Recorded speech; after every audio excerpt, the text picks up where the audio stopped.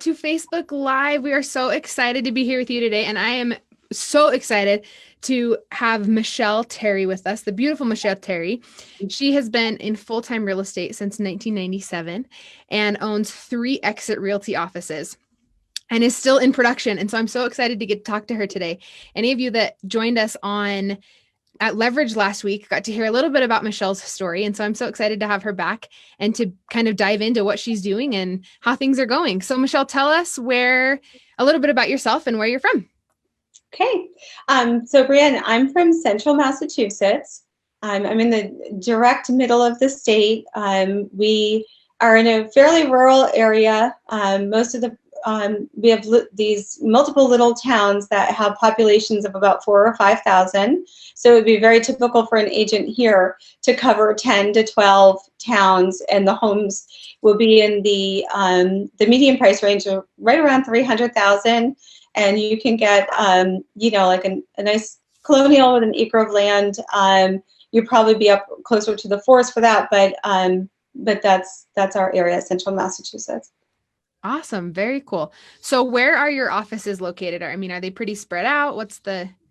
Yeah, so we have one office in Spencer, Mass. Then I have we started out in Brookfield, which is a small, kind of like a farm town. So that office is fairly small. So we have an office in Brookfield, an office in Spencer, and then an office out towards Western Mass in Belchertown. That's a newer office for us, and we're growing that office rapidly. So, yeah. Very cool. So how many agents do you have in these offices? So we have about 45 agents, and our main office is in Spencer. So kind of funny story. We started out in Brookfield. That was our #1 office. I was there for probably about 14 years, and hilarious. I went out to the 7-figure ride along and sat with Christy for a week, and I got to see her beautiful new office out there, and I was so infatuated with that.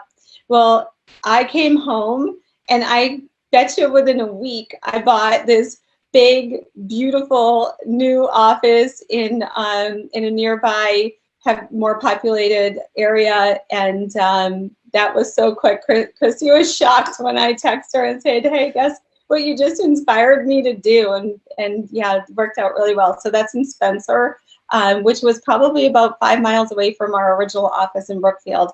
And we decided to keep all 3 because we have such a, tight little areas, and we're bringing in a lot of business from each of the locations. Yeah. Awesome. Very cool. I love that. Okay. So of those 45 agents you said, So how many of them are team agents? Okay. So we actually have 5 teams within the brokerage. Okay. So we have different teams at different locations. The team that I have, I'm still in production, so I'm going to count myself. We have 5 agents on my team and 5 staff on my team.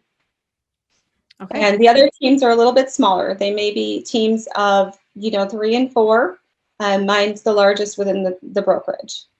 Awesome. Very cool. Okay. So these other teams, I have to ask the question, do they feel like you're competing with them? Not at all, because we're all in different areas and we mastermind together. So absolutely not. I don't compete with any of the agents in my brokerages. Awesome. I love that. We learn from each other. I have other teams that are involved coaching with you guys at Workman Success, and they're getting a little something different than me. So we all mastermind together and share ideas and help each other to understand the systems. It actually works out wonderfully. Awesome. I love that. That's so cool. Okay. So in 2017, your sales hit 15 million and you decided it was time to start growing your team. So what were some of those struggles that you had maybe that first year of kind of figuring this all out? Oh, geez, Brianne. So in 2017, I was running a brokerage, and I was an individual agent needing a lot of help. So I met Verl at an Exit Realty seminar in October of 2017, And life balance, there was none. There was no life balance whatsoever. And I knew that I had a lot of personal leads that I was handing out through the brokerage to different agents, just hoping that these people would get taken care of well, because I just couldn't do any more by myself. And I knew that I needed some kind of a solution. So your dad was at the annual convention, and he started talking about teams. It was always in the back of my mind, but I didn't know how to do it. I didn't know, like, how does it work? How do you pay the agents? So I didn't, I would just give leads away. That's how I started the team. I'm just taking notes. I love that. I remember that convention. I remember because he had a goal that he had to hit a certain weight, and they were supposed to weigh him on stage, or he was going to have to wear this big t-shirt. So I remember that one very, very clearly in my mind. I remember everything that happened at that event, and it was a really, really good one. So that was a fun one for us. Geez, I didn't realize that it had been since 2017. That's so cool, Michelle. Yeah. So I know there's a lot of people that are kind of now in that same boat. They've got all these leads coming in, especially with the real estate market the way that it is, feeling like they're not going to do as good a job as me. How do I train them? How do I bring them on? And just kind of giving those leads away on the back end. And you leave a lot of money on the table. That's kind of like a scary thought when you go back and think about it. I mean, I had to look at that two different ways. I looked at it in the sense that, well, I own this brokerage. These people are calling me personally. I felt like I was letting them down, Brianne. If people called me personally, I just had no more hours in the day. I couldn't take care of them all. So I would try to match them up the best I could with the broker in the office. But I'll tell you, I had so many nights that I would wake up at 2 or 3 o'clock in the morning, and I would be like, oh my God, I forgot to call back so-and-so, or I forgot to send this document or that document. I mean, when I tell you no life balance, there was zero. There was none. And, it wasn't until I seen your dad on the stage that I'm like, and he's talking about teams. I'm like, what he has, I need this. I need to be able to train and coach the agents, to take care of my database, the people that know, love, and trust me. I need them to take care of those people, those clients, exactly the same way that I would take care of them, which is how we started getting involved in coaching and how we started building out all of the systems that we have in place today. Yeah, that's awesome. I mean, that whole, I know there's so many people that are in that same spot. And so it's comforting to know that they're not the only ones, right? Right. So, what was that like to never have a day off in your business? I mean, how long had it been before you started building your team, when you were able to like completely shut things off, not answer your phone, not deal with text messages or emails or stuff coming in? How long had it been since you'd had a true vacation? Okay. I'm going to say, so back in 2007, I had been in the business for 20 years. So yeah, that long. Brianne, my second son, I sold a house to the delivery nurse. So hopefully not while you were delivering. Oh yeah, we were talking about the offer while I was sold. It's crazy.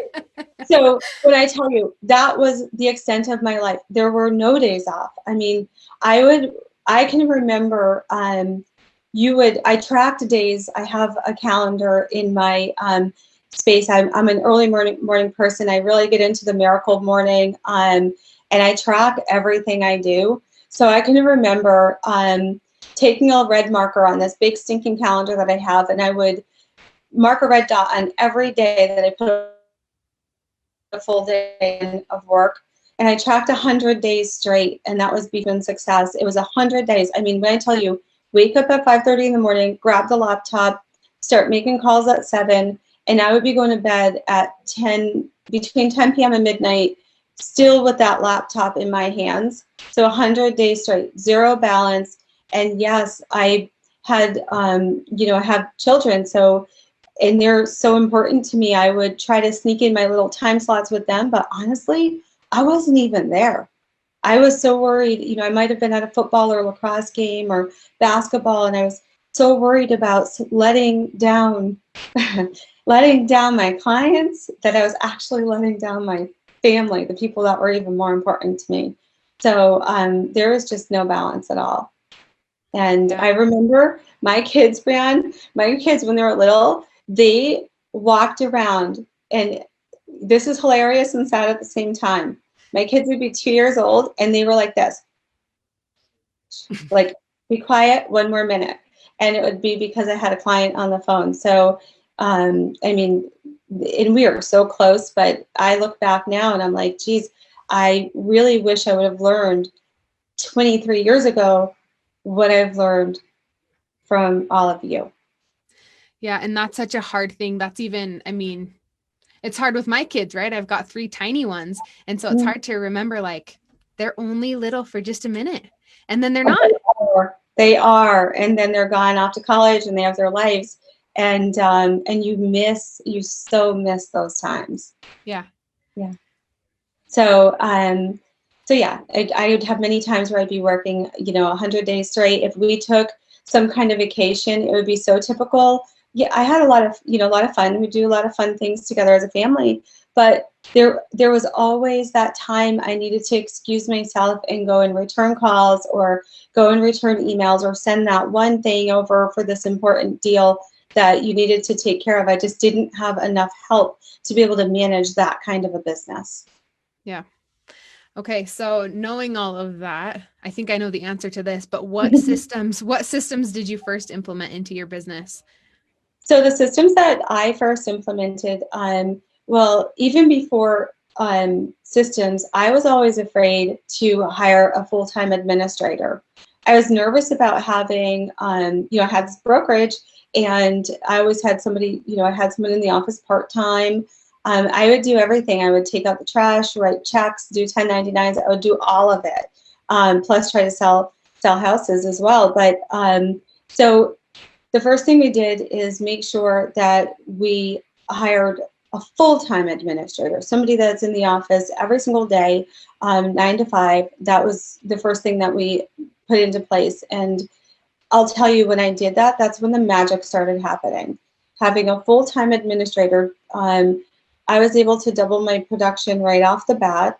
And the first administrator we hired was also almost like a personal assistant to me, but helping run the brokerage at the same time.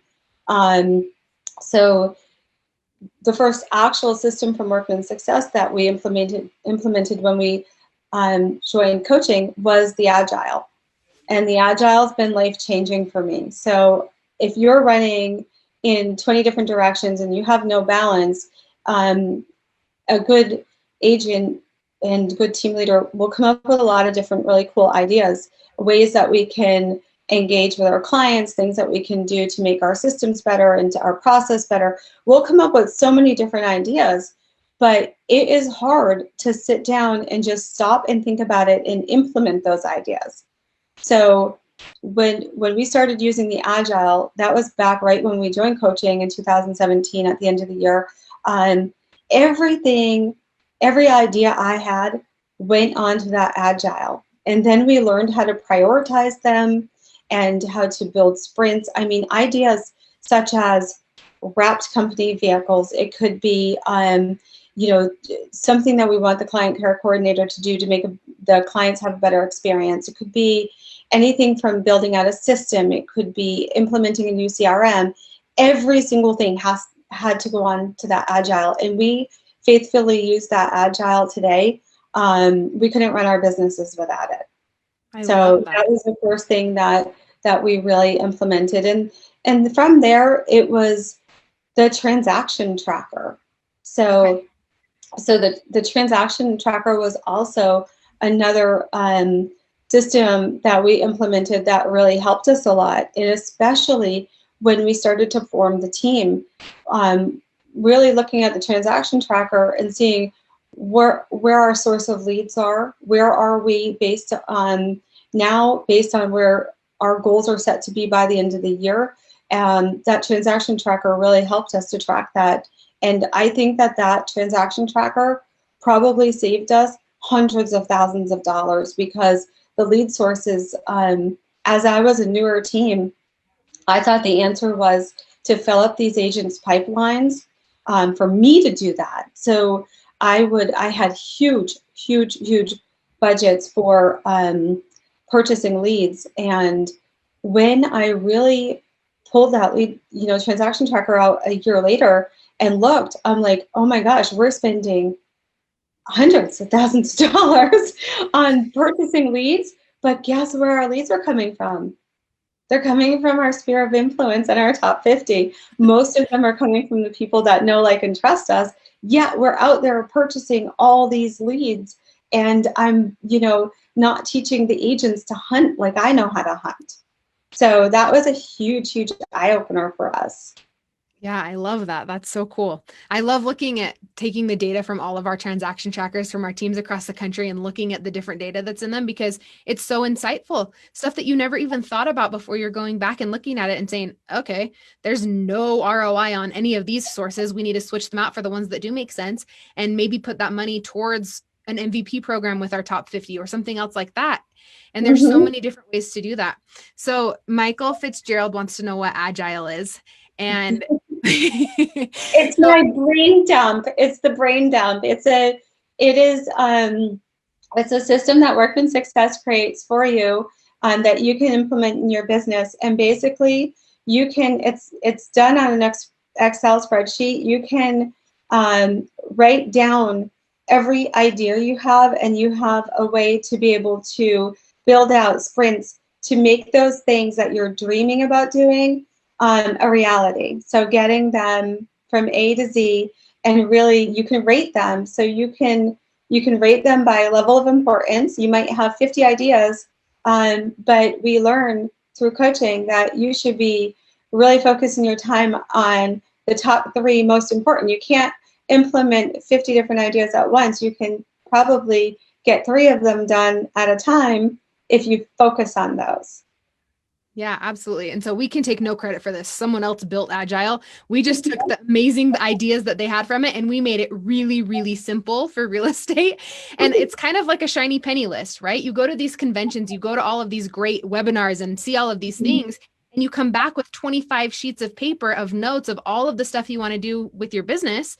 And then you put it in your drawer and you have a really smart desk. You do have a smart desk, and I used to have a super smart desk. My desk was a brainiac. But I'll tell you. But if you never go back and look at any of it, there's no purpose. Like, what's the point? And so what we did is we took this spreadsheet basically, and we customized it a little bit and said, okay, make a list of all of those shiny pennies, all the things that you want to do, and what are those top priorities in your business, and what of those things are going to help you hit your goals. And then we break it down to the ridiculous, right? So if you want to hire an admin, what does that look like? What are the 15, 20, 100 steps to get that person onboarded? And that's what those sprints are. And so we love Agile. Yes, we do too. We are very faithful with our Agile. Yeah. And we've got them flying all over the place for the different departments and the things that are going on. And it's such an easy way as a team leader to come in and say, what's going on in my company? What's going on in my business? And how can I see where people are? Because it's not always how many houses did we list, right? What are those other things that you're doing to build and grow the business? So talk to me a little bit about backing out of production. Oh, geez, backing out of production. So that's my dream goal right now. I follow Christy Buck's team. I coach with Mike Koch, and I follow Christy Buck's team to a T.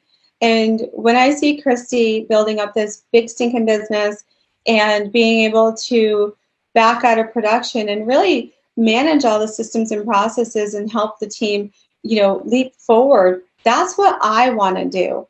A couple of years ago when I first started coaching, I learned that, it's not all about me. It's, you get to a point that you can keep hitting these numbers, Brianne, like, getting to $15 million as an individual agent. Well, that's great. But, when you get to $15 million, what's the next natural thing to do? The next natural thing to do is say, you know what, next year I'm going to get to $20 million. And then that becomes natural. You keep hitting $20 million. And you know what, as an individual agent, I got to $25 million by myself. That was my production. And I would keep challenging myself, well, where does that stop? You know what, it's not about me anymore. It's about helping the agent. So my goals are to do are backwards now. So, In 2020, I was at $25 million as an individual. Our team hit some pretty nice numbers. We hit our stretch goals.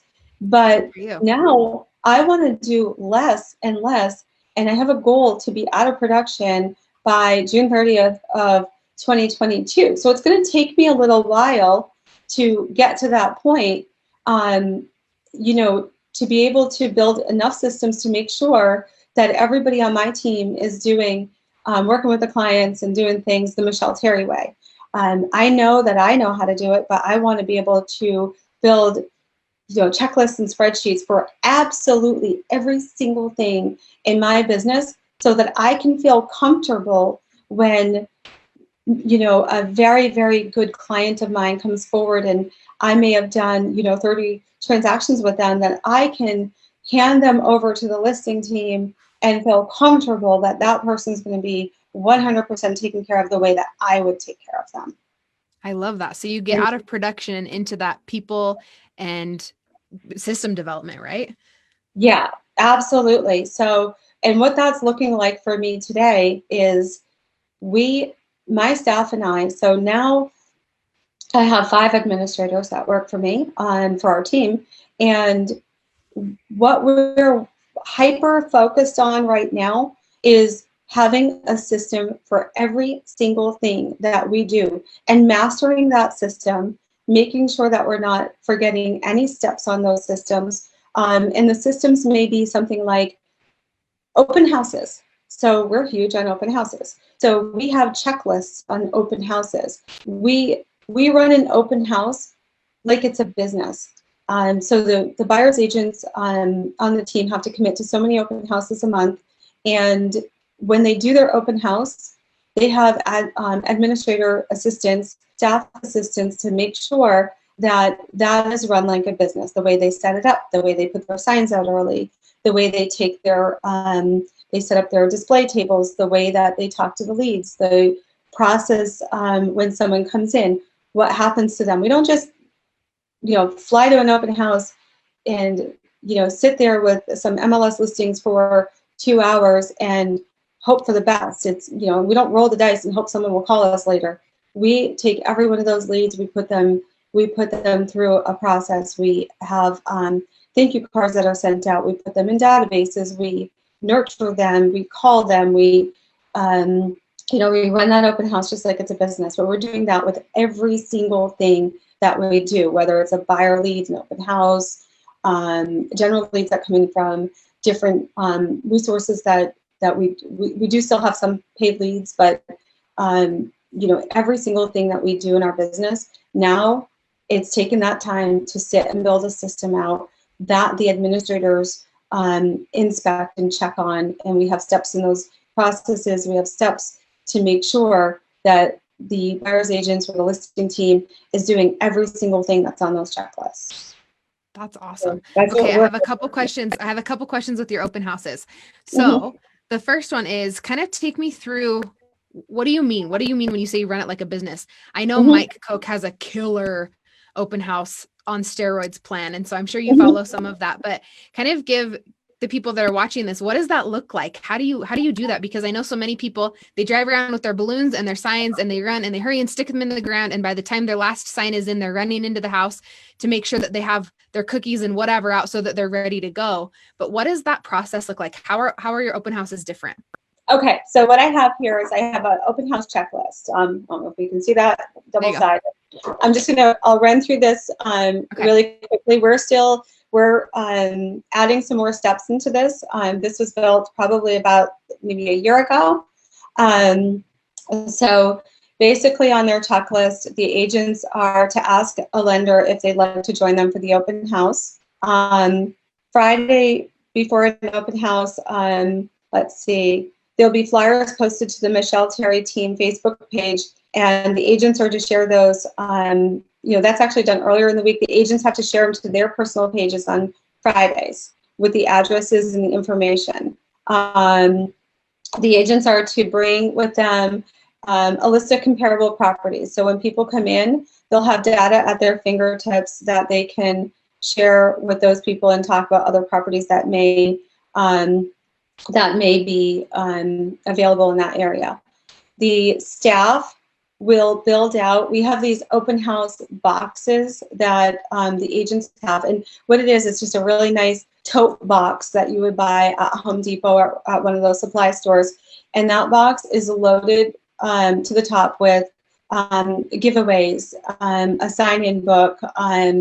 It could be flyers that we want to display, could be business cards. So the open house boxes, the staff gets them ready for them ahead of time.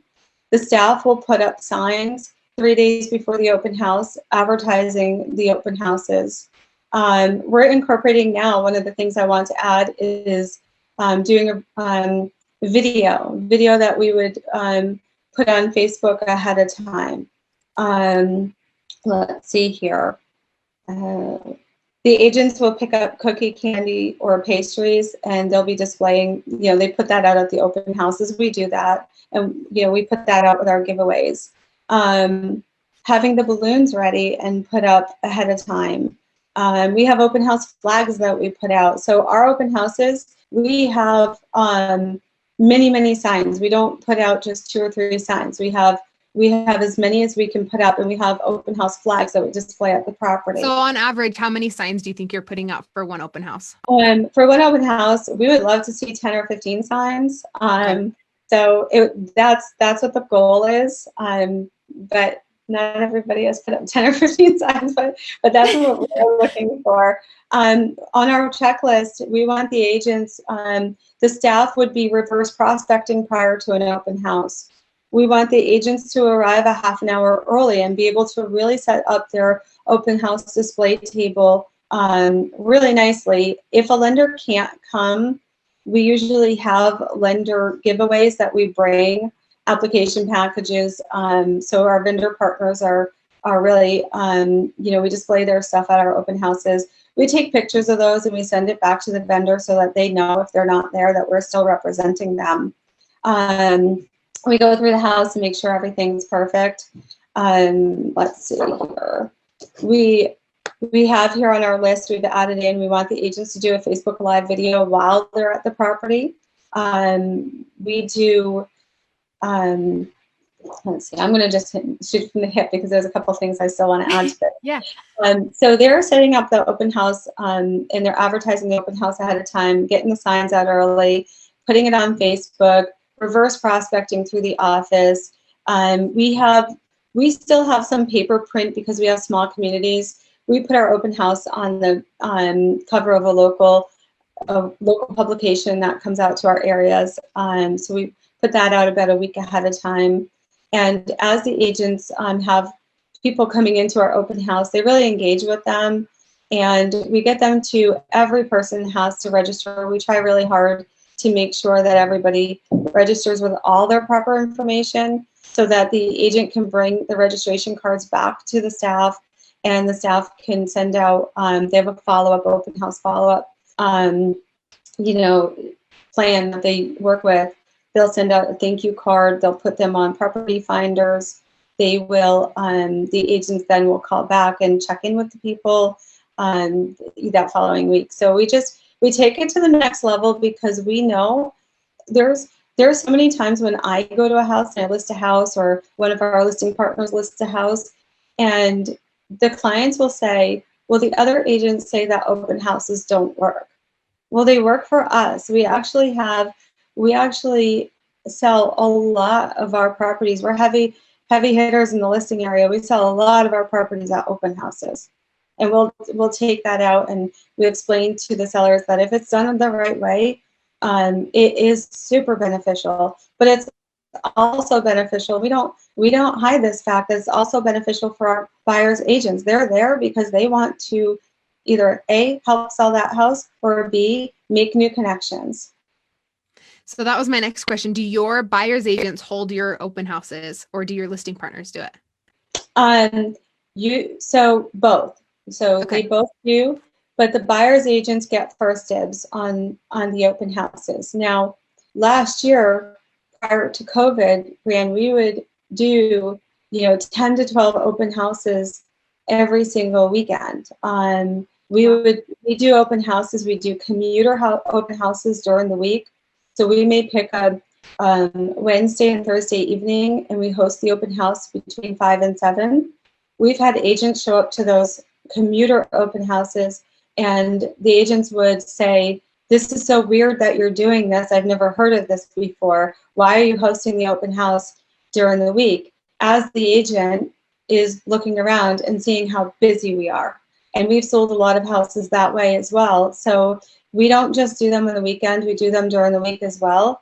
And the buyer's agents will have first dibs on the open houses with the lower inventory. Last year, it wasn't a problem because the listings would hang around a little longer. We might be able to hit 4 to 6 open houses out of every single listing. This year, we have to be really strategic and make sure that we try not to let a property pend until we do get at least 2 open houses in that first weekend. So if we list a house on Wednesday, we want to hold an open house on Saturday and Sunday. And it's going to help our sellers too. The sellers are going to be sure to get the most offers and the best offers if they can get that traffic inside the house. And sure, we may get a ridiculous offer on a property cash that says the only way we're going to keep this offer on the table is if you accept it and cancel your open houses. But we try not to do that unless there's a really special circumstance. Okay, awesome. So from your open houses, I know on your transaction track, it'll show this, and you may not have the number off the top of your head, but do you know how many buyers or sellers you've picked up from open houses? How many? Oh, and we pick up a lot of sellers too.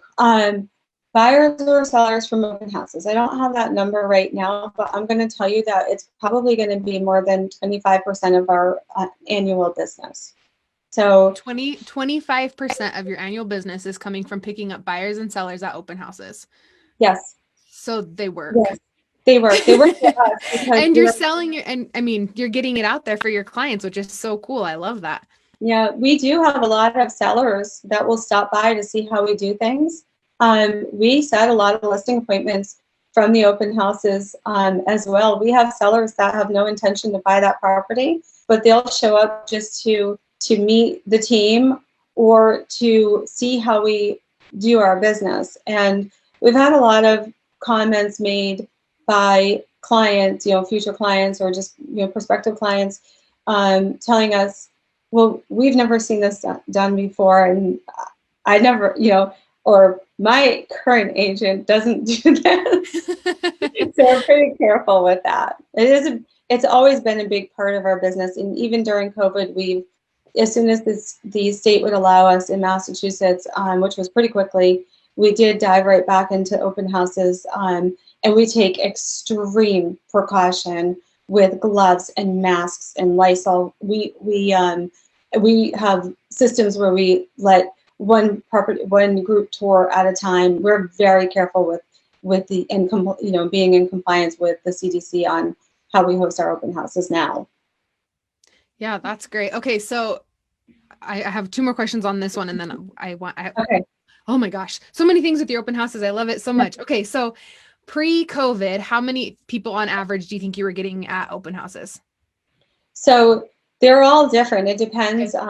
Like I was saying before, we live in a community where we may cover 10 to 12 smaller towns, and some towns are a little bit more desired than the others. Our whole area is beautiful, but there are some towns that one of them has the Turnpike Exchange. So the town of Sturbridge, for example, is a little bit bigger of a town, and that's a very desirable town. If we do an open house there, we do a lot of business there, but we do an open house there, it would be normal for us to have, more than 30 groups walk through at an open house.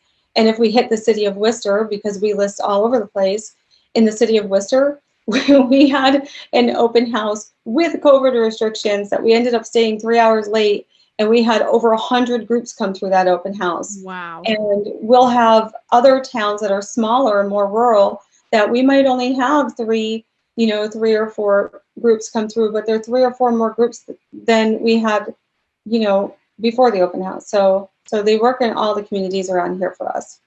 That's awesome. Very cool. So you answered both of my questions in that. So we'll leave it at that. That's so cool. Okay. My last question for you, Michelle, is what is something that you're doing to stay accountable in your business? You have some pretty big goals for, I mean, getting out of production and I'm sure big goals for your own team in 2021 and your offices and your businesses, but what are you doing to stay accountable? So I'm going to say that's going to revert back to my perfect week. So we are very intentional with my perfect week. Our entire team and our staff has built out a my perfect week schedule, and what we're doing to stay accountable is all those important meetings, meeting to review the agile a few times a week, meeting to build out a system or a process. We have those on My Perfect Week, and we actually incorporate My Perfect Week into all of our Google calendars. So it's really hard for someone to call one of us and say, I want to look at this property at 1 o'clock on Thursday. Well, when our team members are pulling out their Google calendars, well, they know that at 1 o'clock on Thursdays, we're meeting for Agile, or we may have, something else going on.